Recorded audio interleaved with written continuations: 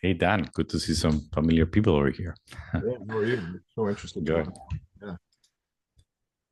Fantastic. So, Clara, whenever we start recording. Yeah, recording is in progress. Okay, fantastic. So thank you so much, everybody, for being here, and thank you for wanting to learn a little bit more about the energy storage engine in upstate New York, this NSF storage engine. So I'm here with some of the team from the translation pillar, and you'll get to know what that is. So with me, there's Candice Reeves, Clara Lee, and as well as James Kirtland, who will join in a minute or so. Uh, so first off, to put you in context of what this NSF energy storage engine in upstate New York is that earlier last year, the National Science Foundation awarded 10 very large investments all over the country, so not just in upstate New York, on these newly called regional innovation engines. So what are these ones? Investments that are in place precisely for furthering economic development in areas where there has been a lag in economic development, but there's a lot of potential of those areas to become center and hubs of very particular specific topics. Uh, New York State is one of those, particularly in upstate New York. We applied with our expertise in energy storage, and that was one of the 10 that was awarded. But you would also find other 9 engines in the Great Lakes region related to water, in Florida related to semiconductor, in Louisiana related to energy transition, in Colorado related to to resilience or climate resilience. So these are centers all over the United States. And you can go to the NSF website or Google NSF engines, and you will find a map of all of the awards. For this specific one that was won in upstate New York, this was launched in February of this year, but February of last year, sorry. So this is the second year of the engine. It's a coalition of 4 very large academic institutions. The lead is Binghamton University. So it's Binghamton University, Cornell University, Rochester Institute of Technology, and Syracuse University, and a coalition of over 40 industry, community, government partners that we have brought into this effort. NSF has committed $160 million over the next 10 years. And the commitment is still there, even though there's been a lot of news about funding cuts at the NSF. The commitment is still there for the 10 years. There is a commitment for matching funds of $16 million for those 10 years as well from ESD. So this whole effort of the engine, it's combined about $176 million that would come in from the government, both state and federal, to support the development of energy storage technologies. In addition to the engine, we are lucky enough that we have other complementary investments that do not come from NSF, but these ones come from the Department of Commerce, from EDA. And these are the tech hubs and Build Back Better. So in combination of all of that, you will see in the next 8 years, because we're already in year 2, but in the next 8 years, continue support for these projects and an overall investment from the federal and state government of probably more than $250 million. So it is a big commitment that we see over here. What is the end goal of this? Batteries made in America, right? So this is what we want to do. We want to bring back that industry to the United States. We're highly aware that we lost a lot of that industry to China, but not just to China. There's a lot of other really interesting competitors in Korea, in Europe, and we know that this is an industry that we need to actually have here in the United States, and we want to make upstate New York America's battery capital. This would be a place where anything related to battery technologies in the United States would be done. And our strategy is to focus on certain things that we know are important so that we can bring that industry back to the United States and up to upstate New York. The first one is eliminating our requirements for foreign sources of materials. It's well known that a lot of these materials do not come from the United States or not mined in the United States. Some of these materials like cobalt, like lithium, are materials that we don't control, and there's limited mining capabilities here in the United States. So it's good for us, yes, to build bridges. That's still important internationally, and we want to work with partners like Canada and other partners in South America for lithium as well. But with interesting new technologies, we can eliminate the need of a lot of these materials and really come up with new technologies that do not require necessarily manganese or cobalt or these very specific or very rich nickel. So there are innovations that we can stimulate on that side so that we lessen the dependence on foreign materials. The second area that we are putting a lot of effort is into sustainable new generation manufacturing. We're also very aware that there's a lot of great manufacturing and a lot of progress in manufacturing in China. We will not compete if we just take that same technology and put it here in New York. We wouldn't be competitive cost-wise, and we don't have the expertise. But if we come up with new ways of manufacturing that reduce manufacturing steps, use different types of processes, reduce the use of PFAS, of NMPs, of a whole bunch of other solvents and other materials in manufacturing, then we can be very competitive. And that is innovation that is happening right now here in New York State and all over the United States. So we want to put more effort into that next generation battery. And of course, on the workforce that comes with that as well, training the workforce for that new generation manufacturing. And the third big area of strategic interest is recycling and reuse, because this is a big part of the energy independence. If we can get the stock of batteries that we have, but we can reuse and we can recycle 10, 20% of all of the materials that are used, then we lessen, again, our dependency on foreign materials, and we can bring it back into our own ecosystem. So these are three general areas, not the only ones, but three areas where we see that there's a lot of interest and where we can play a big role so that we can bring back that battery manufacturing and that industry and cut some times that we have with foreign sources of batteries. And our vision is to really help across the board. If you are familiar with the TRL levels, right, technology readiness levels, we really want to help really early on, TRL 1 to 3, which is technologies that are still in ideation and in the lab with R&D. Then we want to help technologies move from 3 to 7 or 8 in TRL so that we can go through that valley of death, that commercialization. And then once they are 7 plus or 8, we want to be able to build an ecosystem so that they can get the funding that they need to continue to succeed. We understand that in the battery space, funding is critical, and a lot of funding is needed, particularly for manufacturing and for gigafactories.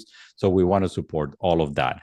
And part of supporting all of that is also bringing the downstream industries that are going to be users of this, and not just in transportation. There's a lot of industries right now that are utilizing technologies. There's military. There is other types of transportation, not just commercial vehicles. There is a stationary storage for data centers, which is becoming very interesting as well. There's grid and utility applications. There is drone applications. There is consumer electronics applications. So this is a great industry, and we want to bring that all together. So really what we're doing is starting from the beginning, building programs and systems and methods and commitments all over that chain so that we can go and at the end help the startup companies, help the already established companies, and help a lot of our partners get to develop great things for those downstream industries and make this into an ecosystem that is self-sustainable, right? Interestingly enough, we know that $160 million or maybe $250 million is not enough, right? And it won't be enough. But this sustained effort for about 10 years should bring about, and this is what we want, at least 5 or 6 or 7 times more money into the state so that we can build this into our ecosystem. So when we talk about the engine, the way that we are structured is through pillars. And there are 4 main pillars of this engine, or you can think of 3 plus the infrastructure pillar.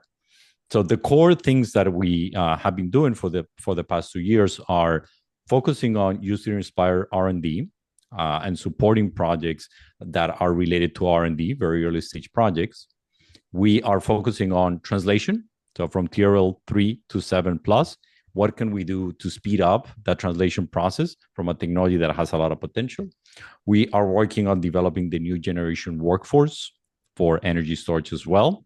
And this is all throughout the chain, really early on with kids, actually K through 12, training them on what are batteries and why are they important, to community colleges, to actually having vocational training, to then R1 research institutions as well. So masters and PhDs. So it is across the board that we are executing programs and training.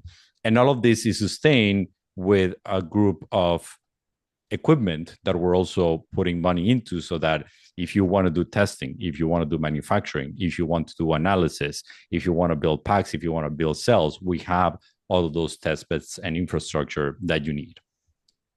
So I'll go a little bit deeper into each one of these pillars. For R&D, we have been given R&D awards through an RFP process.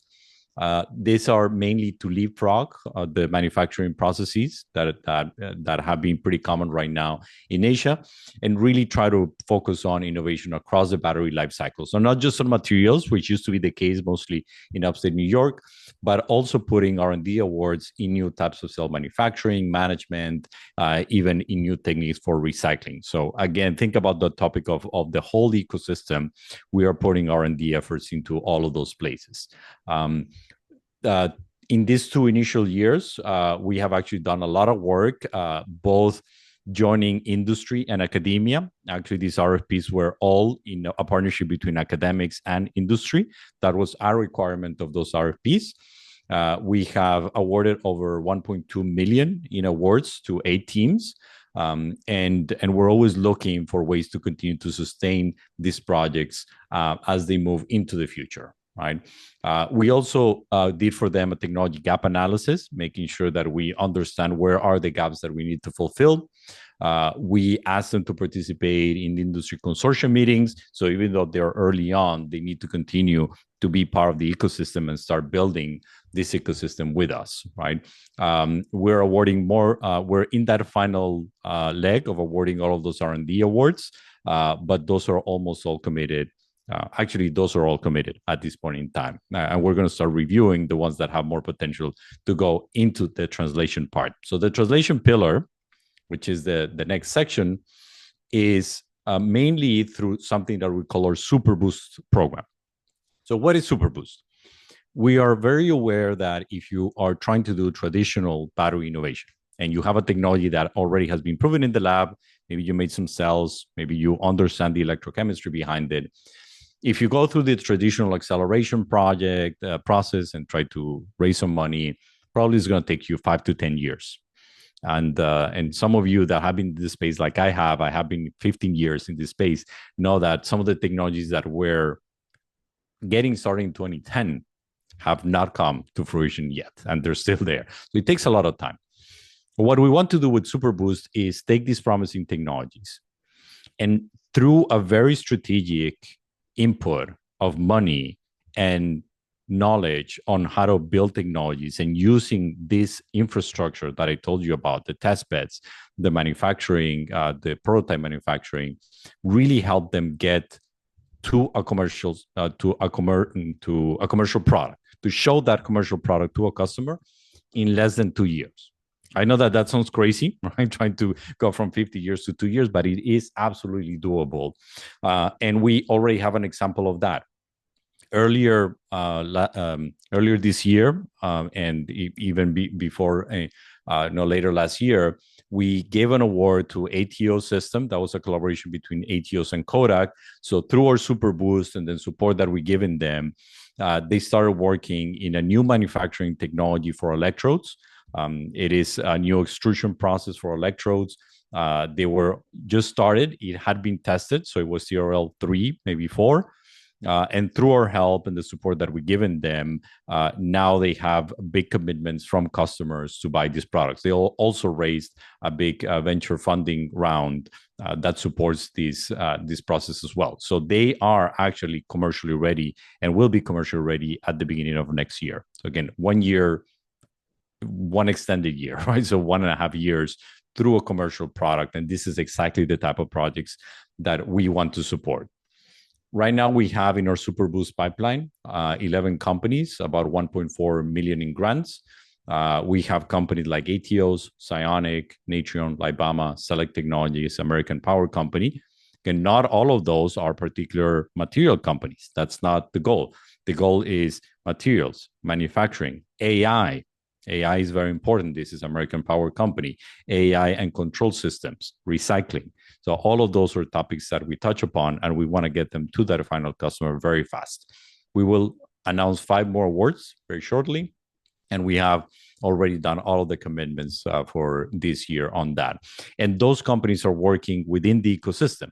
Also, part of the award is that we mandate that they have to work with our partners and they have to spend the money in upstate New York. So they are working with RIT, with Binghamton, with Cornell, with Kodak, with all of the partners that they can find over here. The announcements are already making waves all over the world. We have made announcements on these awards and showcase these companies and promote the work that these companies are doing. And they have been picked up by thousands of media outlets. Interestingly enough, we see in those media outlets too that there's a lot of our Chinese competitors that are looking at what's happening here. There's a lot of the Korean companies that are looking what's happening here. There's a lot of European companies that are looking for what's happening here. So we see that, but we also see interest from investors all over the world in connecting with these companies. And we sometimes have served as a bridge, or sometimes have seen that they have been directly contacted by investors so that they can continue to do their work. In addition to the Superboost, which is money, which is fantastic, money and then resources, we also work with our companies to give them technology acceleration assistant, a lot of business intelligence. And with each one of our Superboost awardees, we give them a free report on their competitiveness in areas where they can actually be more competitive and they can do partnerships. We are working also on developing a supply chain risk assessment tool. We're very aware of the risk of the supply chain, and this is a topic that was very top of mind for everybody. Not just getting rid or trying to get away from foreign sources of materials. Sometimes that is not possible, but at least be prepared in case there is a disruption in the supply chain, and there will be a disruption in the supply chain. So we prepare them for that. We're building tools in collaboration with Miter Corporation so that they can get to know more how to be prepared for that. We're also supporting specific educational activities with I-Cores, particularly for battery companies, regional I-Core just for batteries that can end up either in RE Plus or going to the battery show. So really get them out there to be part of the industry and help them with a lot of intelligence on the ecosystem, resources, and mapping. Right? So that's the translation part. And then all of that is preparing these companies too, so that then they can have a very good workforce that is driven by these new types of technologies, again, for many different topics, that is fostering collaborations between different institutions in the state and not just research institutions. So in this case, we work a lot with colleges and universities like SUNY Broome, like Alfred University. We are going to community colleges. We're working with the Indian nation as well, trying to bring them to the table so that they can get to see what is it that we're doing and make sure that we all participate in the growth of this ecosystem. So it's not just big research institutions. This is actually percolating to other community colleges as well. And even to chambers of commerce and economic development agencies all over the state. We have given awards to these institutions so that they can continue to do this amazing work, and we'll continue to support them on that. And finally, we have, for anyone that is interested, a map of all of the resources, testbed, and infrastructure that we have in the state. We can share with you. And another one of our objectives is to make sure that we have knowledge on every single testbed, infrastructure, potential partner that you can work on in the state related to energy storage. So whether it's at these big research institutes, whether it's related to metrology or manufacturing or testing or even doing certification, we want to help you so that process, if you are just have a technology, don't know what to do, or you're just getting started, you can very quickly gain the knowledge on who to work with and how to accelerate all of this knowledge. So this is from R&D, translation, workforce, and then bringing the ecosystem of testbed and infrastructure to the service of everybody in the state. This has been a strategy for the first 2 years. It has been really a strategy that has allowed us to create a very nascent but very strong ecosystem.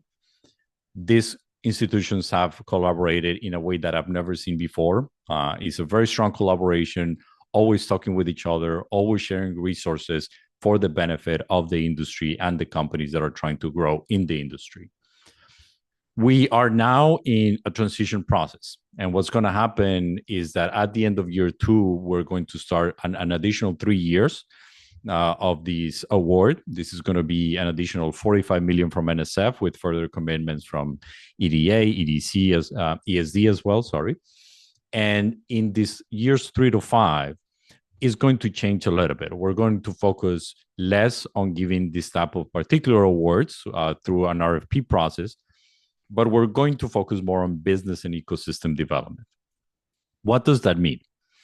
What we realize is that now that we have these institutions working together and we have a nascent ecosystem, what we can actually go and tell the world is that we have great expertise. And that is actually what we have. We have great expertise, great people, and you are those people. Whether it's at a startup company, whether it's a research institution, whether it's with one of our partners, we have great expertise.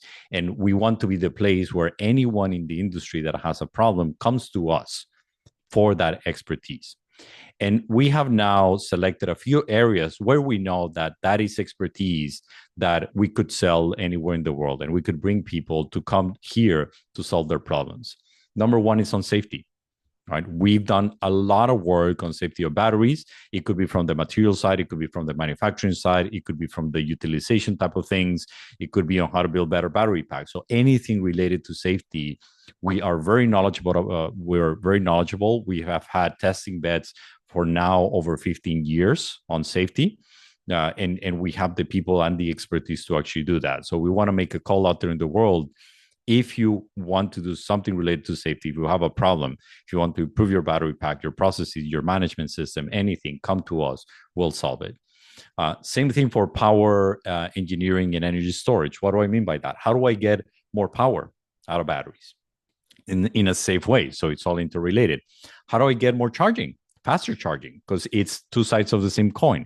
So how do I do more power from these energy storage systems, and how do I do faster charging in a safe way is something that we're also very skilled at. We have a lot of researchers, we have a lot of companies working on much better systems.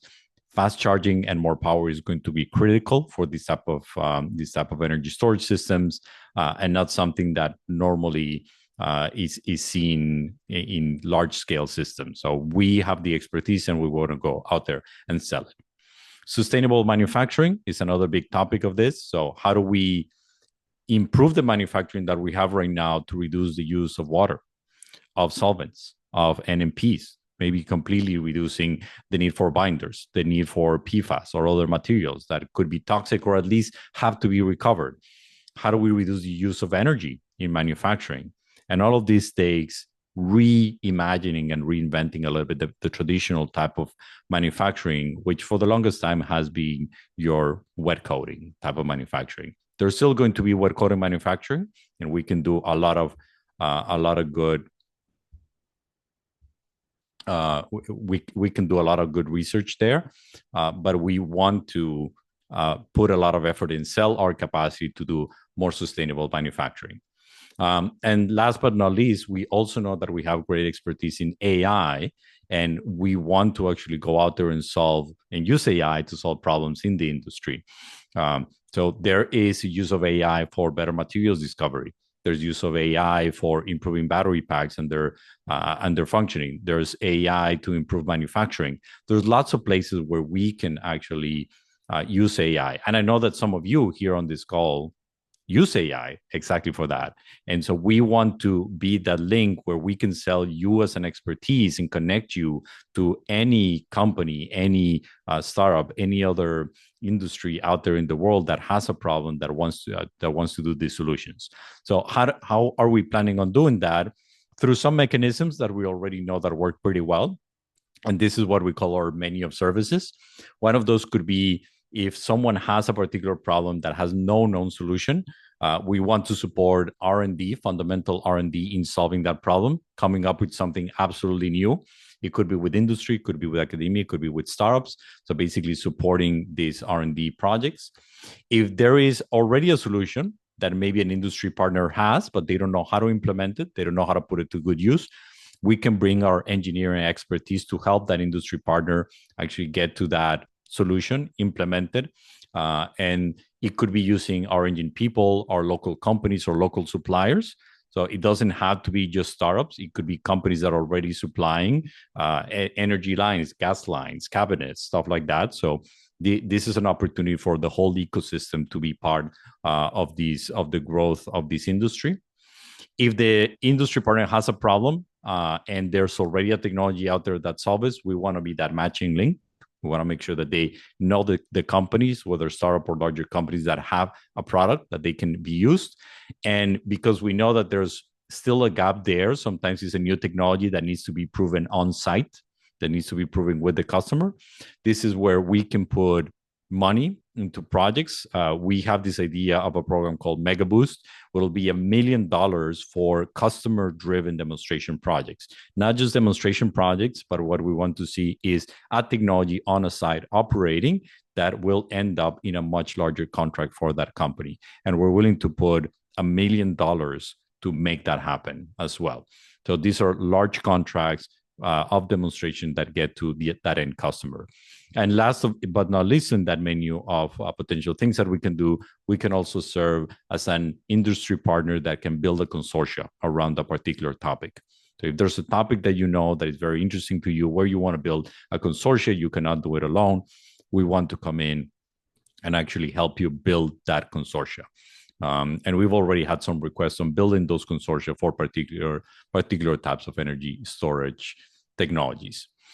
So that's what years 3 to 5 look like. About $50 million in addition to what we've already put in. So it's really really a project that continues to grow, and we realize that we're well on our way of making Upstate New York America's battery capital, and that's really what we want to do. So I encourage you to either connect with anyone here on the team, either with me directly. Go to our website, upstatenyengine.org, to learn more about the engine, and subscribe to our newsletter so that you can get to see all of the great work that these companies are doing, or email us. Again, this is a collaboration between all of these institutions, and we want to continue to bring this industry to the United States and be very competitive.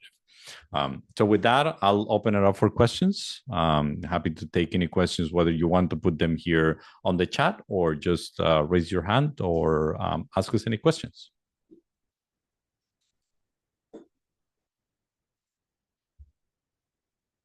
And Clara put some links here. Tim, can you please show that last slide again with your contact? Oh, yes, sir.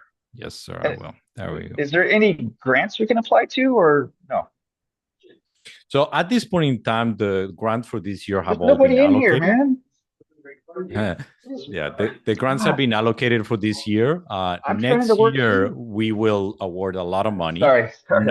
That's fine.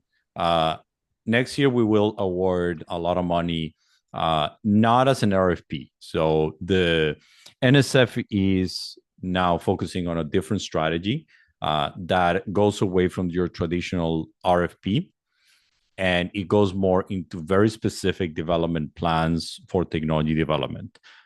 So if you have a proposal where, again, it fits one of these areas, and you're telling me there's a customer that I have that needs to see this, we can give more than $1 million, so $1 million in MegaBoost, but then even more assistance and more money to make that happen.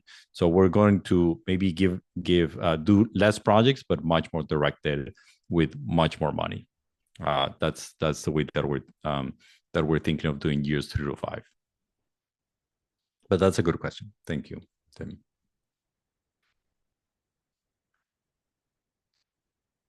Any other thoughts?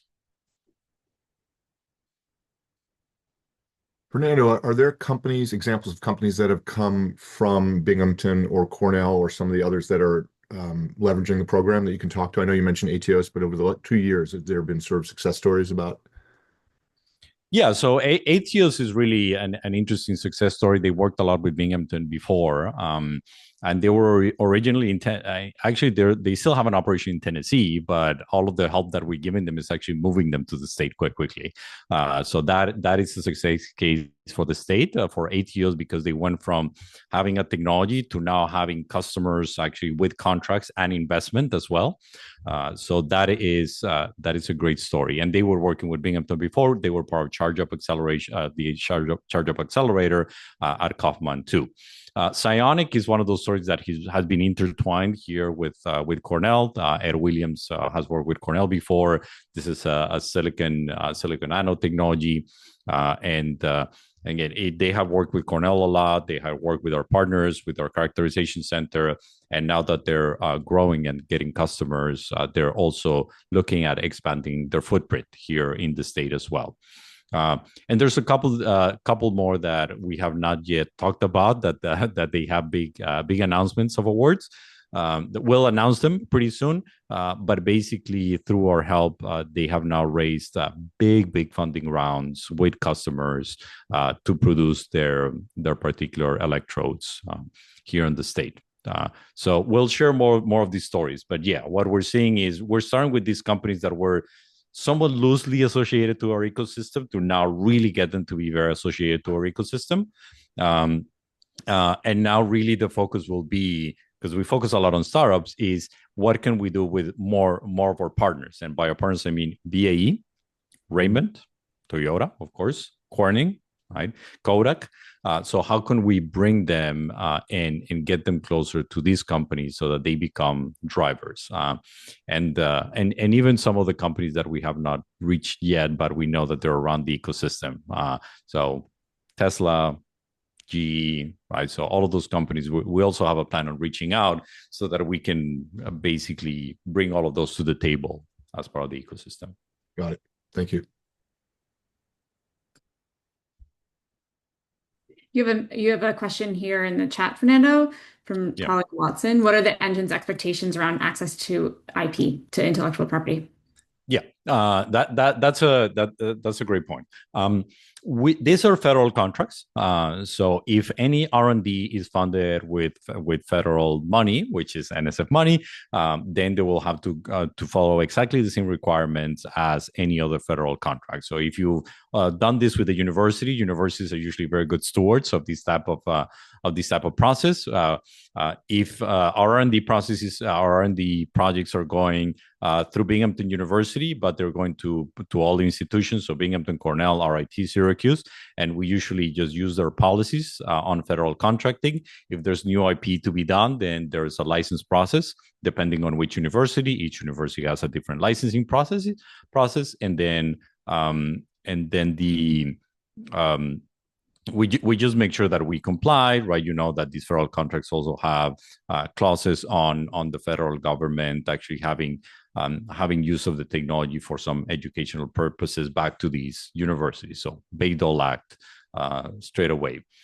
So same expectations as if you were to develop any type of new IP with a university with federal money. That's on the R&D side. On the translation side, most of the awards that we give are not related to IP. We're very clear that we don't want you to create new IP with that particular translational research. So it's all non-equity given, it's non-dilutive, and it will not involve creating IP. So we don't even want to touch that. We want the translation to be implementation, not R&D. We're also, and maybe the third thing that I'll say, if you're interested in licensing IP that maybe was created through some R&D project, but was not specifically licensed or assigned to a company, or IP that is already in one of these institutions, we are enhancing a database that is under New York Best, NY Best. That database now contains a list of IP that you as a startup or a company can license from these institutions, and we want to make it easier so that you can search for all these IP. So even, for example, if you're a researcher that did not end up getting funding from the federal government, but you develop some IP from your institution and you want to put it in that database, talk to us. We want to make sure that it's there, and that way we can share it and show it to a lot of potential licensors that are going to come into our ecosystem. So we're also trying to showcase what has been done before and what's available for licensing.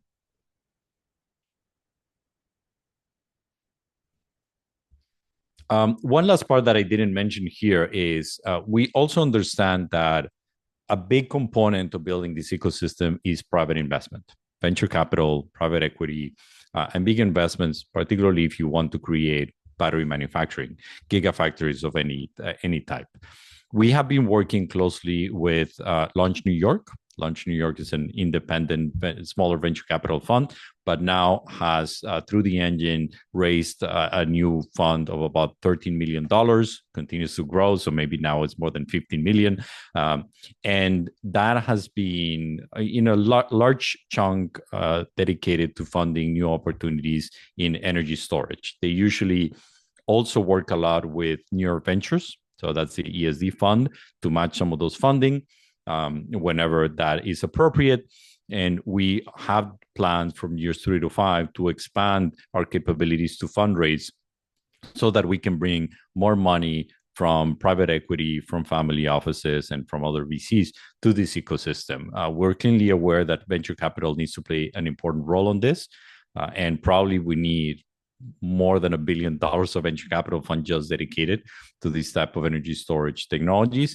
And we are working with Launch and with the team, and we'll put more people and more resources to go and find that venture capital fund that is exclusively dedicated to energy storage. So that's also a big part of our strategy. And we're going to be very hands-on on that process from years 3 to 5.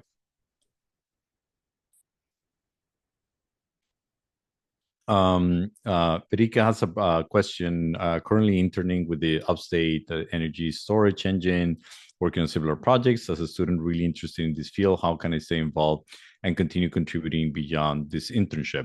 Thank you, Federica. That's amazing. So please continue to do this as a student in involving that. Come and talk to with your PI, with the person that you're working with your institution. Obviously, promote the work that is happening in the engine. Come to our events.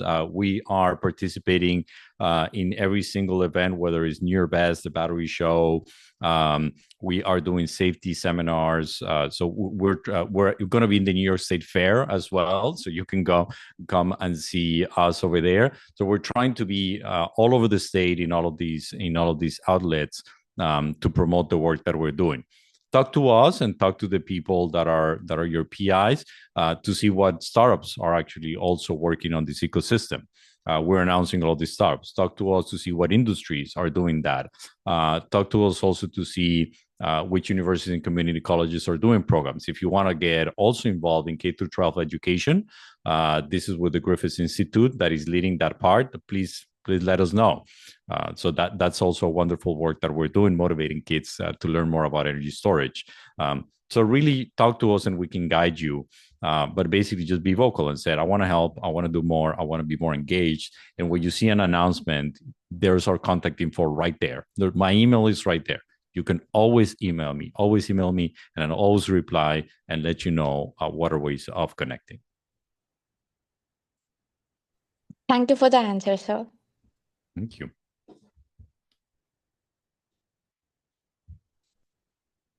All right. Please, again, you have our contact info here.